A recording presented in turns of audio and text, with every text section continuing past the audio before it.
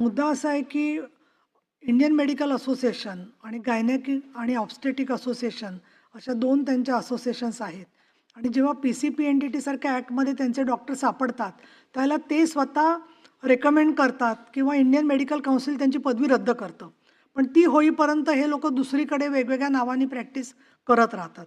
तर सन्माननीय आरोग्यमंत्री सभागृहात आहेत, सन्माननीय गृहराज्यमंत्री इथे आहात आपण.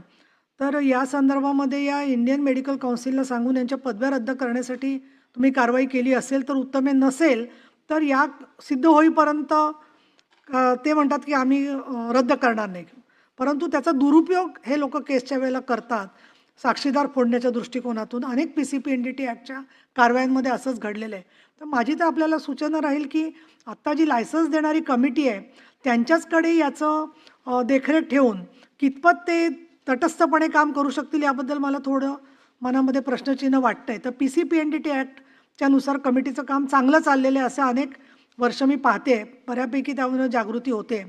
तर सरोगसी नियमन कायदा 2021 आणि सहाय्यक प्रजनन तंत्रज्ञान नियमन कायदा 21 याच्यावर जसं मेडिकल टर्मिनेशन प्रेग्नन्सी ॲक्टमध्ये दुरुस्त्या केल्यावर मोठा प्रश्न तयार झाला की सगळ्या पोलीस अधिकाऱ्यांना MTP ॲक्टच माहीत नव्हता अनेक जणांना. मग त्याचं ट्रेनिंग घ्यायची वेळ आली आणि म्हणून मग सरकारने निर्देश दिले की पोलीस अधीक्षक आणि सिव्हिल सर्जन यांची कॉमन समिती असावी. तर तशा प्रकारची समिती जिल्हानिहाय या IVF सेंटर्सचं नियमन आणि त्यांची देखरेख यासाठी आपण करण्यासाठी गृह विभागातर्फे प्रस्ताव द्याल का असं मला